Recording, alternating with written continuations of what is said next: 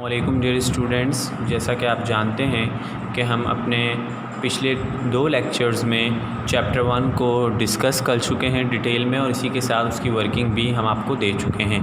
ठीक है, आज हमारा जो है टॉपिक सेकंड चैप्टर स्टार्ट होगा जिसका नेम है केमिकल कम्बिनेशंस। ठीक है, तो केमिकल कम्बिनेशंस में आप जो है आज हमारा जो टॉपिक होगा वो है लॉ ऑफ केमिकल कम्बिनेशंस। ठीक है, chemistry deals with matter and the changes occurring in it. Chemistry जो है वो डील करती है मैटर से और मैटर के अंदर होने वाली जो चेंजेस हैं उस बारे।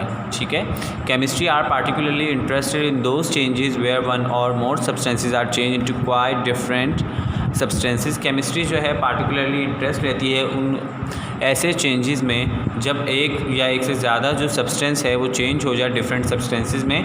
दे have found that these chemical changes are covered by some special empirical formulas. फिर इसी तरीके से ये हमें कैसे पता चलता है कि केमिकल चेंजेस होते हैं वो हम तजर्बाती कानूनों की मदद से आज पढ़ेंगे। तो लॉज केमिकल कम्बिनेशंस 4 लॉज हैं जिसमें आपके पास पहला है law of conversation of mass, second आपके पास है law of constant composition, third है लॉ ऑफ मल्टीपल प्रोपोर्शन और नंबर 4 है लॉ ऑफ रेसिप्रोकल प्रोपोर्शन। आज हम पहले लॉ यानी कि law of conservation of mass को डिटेल में पढ़ेंगे। ठीक है, तो सबसे पहले हमें ये पता होना चाहिए कि ये जो लॉ है वो किसने एक्सप्लेन किया था। फ्रेंच केमिस्ट हैं लवाइज़र हैं जिन्होंने ये लॉ जो है वो एक्सप्लेन किया था। हमें आज सिर्फ़ और सिर्फ इनकी स्टेटमेंट पढ़नी है और उसी के साथ साथ फिर इसकी एग्जांपल ये पढ़ेंगे और इसी के साथ साथ दूसरी एग्जांपल भी पढ़ेंगे।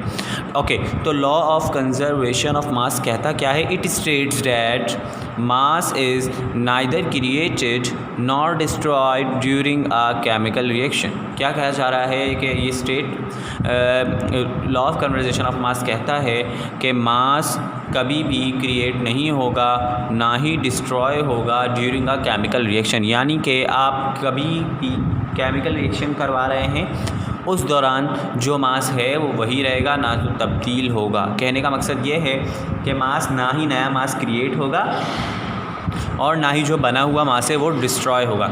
यानी कि स्टेटमेंट आपको समझ आ जानी चाहिए। It state as mass is neither created, mass ना ही क्रिएट होगा नॉर डिस्ट्रॉयड, ना ही तबाह होगा ड्यूरिंग अ केमिकल रिएक्शन। जब भी केमिकल रिएक्शन हो रहा होगा 2 सब्सटेंसेस के दरमियान, तो याद रखें आप लोग जो मास होगा वही रहेगा, ना तो उससे ज़्यादा बढ़ेगा और ना ही तबाह होगा ना ही कम होगा। ठीक है, तो एग्जाम्पल के थ्रू आउट पढ़ते हैं। ये स्टेटमेंट आपको पेपर को अपनी कॉपी में इसी तरीके से लिखनी है।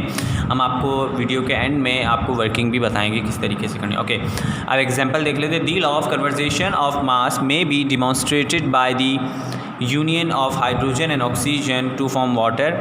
हम एग्जाम्पल के थ्रू आउट पढ़ेंगे कि किस तरीके से हाइड्रोजन और ऑक्सीजन जो है वो मिलकर क्या बनाते हैं, वाटर बनाते हैं।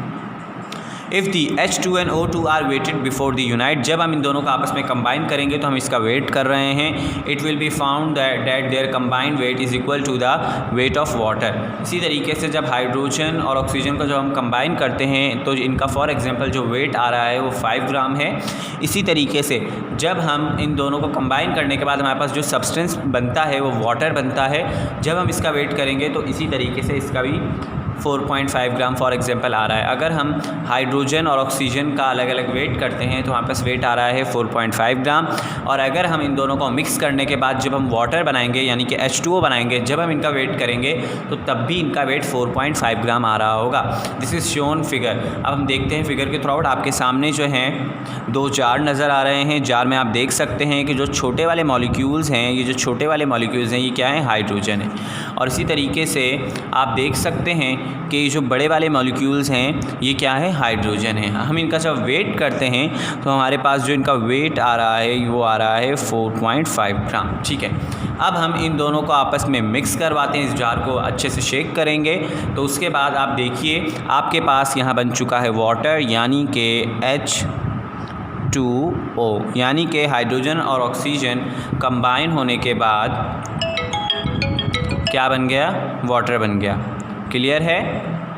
अब आप देख सकते हैं कि इनका जब वेट किया वाटर का तो फिर भी इनका जो वज़न है वो कितना आया 4.5 ग्राम आया। तो इससे law of conversation of mass prove हो गया कि मास is neither created nor destroyed during a chemical reaction. जब आप दो चीज़ों के दरमियान केमिकल रिएक्शन करवा रहे होते हैं तो ना तो वज़न बढ़ता है और ना ही कम होता है, बल्कि जो वेट उसका पहले होता है वही रहता है। क्लियर हुआ ये टॉपिक। अब हम law of conversation of mass को लेंडॉल्ट एक्सपेरिमेंट के थ्रू आउट पढ़ेंगे, प्रैक्टिकल वेरिफिकेशन के थ्रू आउट। ठीक है, तो आप देख सकते हैं journal chemist H Landolt studied about 15 different chemical reactions with a great skill. क्या कहा जा रहा है कि जर्नल केमिस्ट हैं एच लेंडॉल्ट जो कि स्टडी करते हैं 15 डिफरेंट केमिकल रिएक्शंस को अपने ग्रेट स्किल के साथ to test the validity of law of conversation of mass. उस टेस्ट को वैलिड करने के लिए जो law of conversation of mass कहता है। For this he took H shape tube as shown in figure 2.2। इसी एक्सपेरिमेंट को करने के लिए, प्रूफ करने के लिए law of conversation of mass को इन्होंने एक एच शेप ट्यूब ली जो कि आपके सामने नज़र आ रही है, and fill with 2 limbs A and B. और उसके अंदर जो ए लिम के अंदर भी ए लिम को भी फिल कर दिया। ये ए लिम है ये वाला हिस्सा, ये बी लिम है दूसरा वाला हिस्सा। ठीक है, अब क्या कहा जा रहा है विद सिल्वर नाइट्रेट AgNO3 इन लिम ए।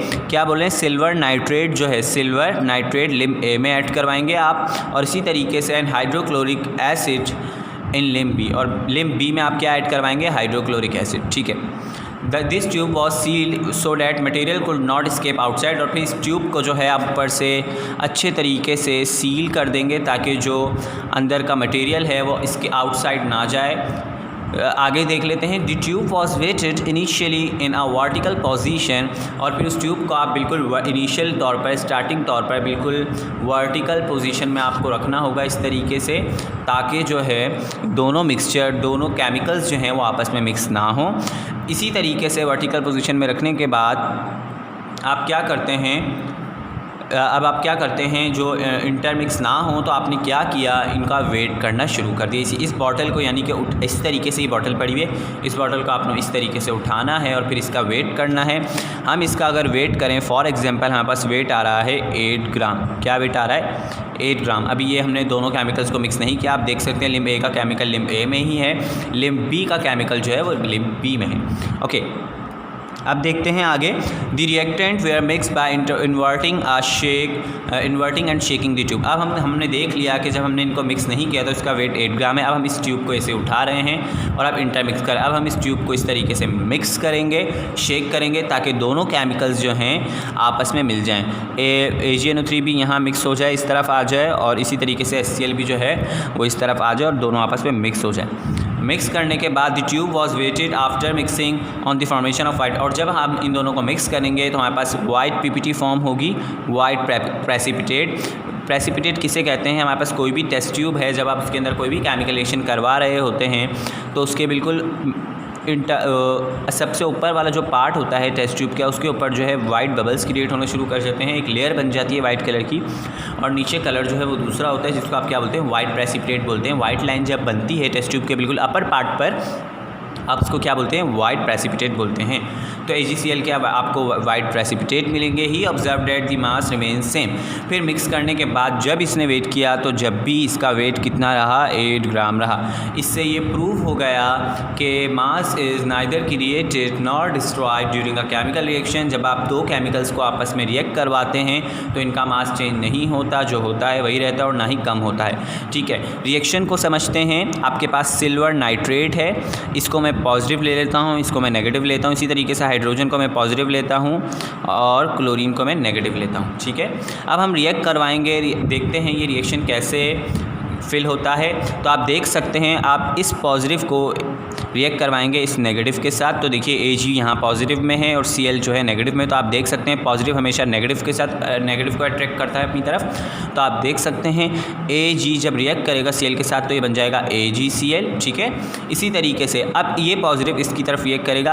अब ये पॉजिटिव H पॉजिटिव जो है वो NO3 नेगेटिव के साथ रिएक्ट करेगा तो ये बन जाएगा HNO3। ठीक है, क्लियर है। ये एक्वस फॉर्म में है, ये सॉलिड फॉर्म में है, ये एक्वस फॉर्म में। क्लियर है सबको? ठीक है। Thus total mass of the substance before the reaction is equal to the total mass of substance after the reaction. इससे ये प्रूव हुआ आपका जो लेंडॉल्ट एक्सपेरिमेंट है वो आपको वर्किंग भी यहाँ से यहाँ तक करनी है। मार्क कर दिया है मैंने, यहाँ से यहाँ तक। डायग्राम आपको दोनों की लाजमी बनानी है। ठीक है।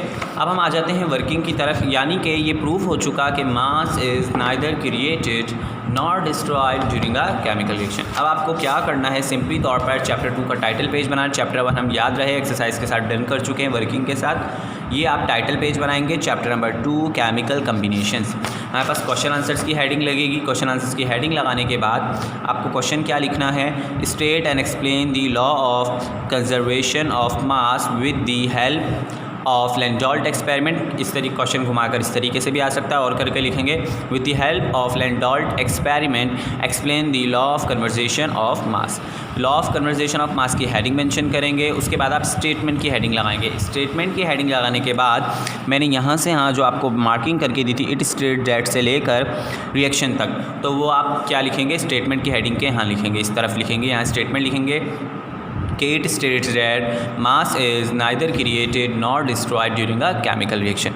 लिखने के बाद आपको एग्जाम्पल की हेडिंग लगानी है। दोबारा से स्टेटमेंट लिखने के बाद आपको एग्जाम्पल की हेडिंग लगानी पड़ेगी।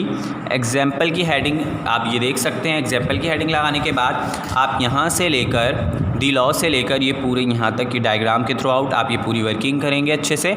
ये पूरी एग्जाम्पल जो मैंने एक्सप्लेन की है और ये जो डायग्राम बनाई, उसके बाद आप देख सकते हैं मैंने यहाँ पर लैंडोल्ट एक्सपेरिमेंट की हेडिंग लगाई है। आपकी एग्जाम्पल चाहे इस पेज पर आ जाए तो आप नेक्स्ट पेज पर लैंडोल्ट एक्सपेरिमेंट की हेडिंग लगा सकते हैं। लैंडोल्ट एक्सपेरिमेंट की हेडिंग लगाने के बाद आपको पूरी यहाँ से लेकर यहाँ तक डायग्राम तक आपको पूरी वर्किंग कंप्लीट करनी है नीट एंड क्लीन राइटिंग में, और रिएक्शन भी इसी तरीके से आपको लिखना है। Okay students, thank you for watching this lecture. अल्लाह हाफिज़।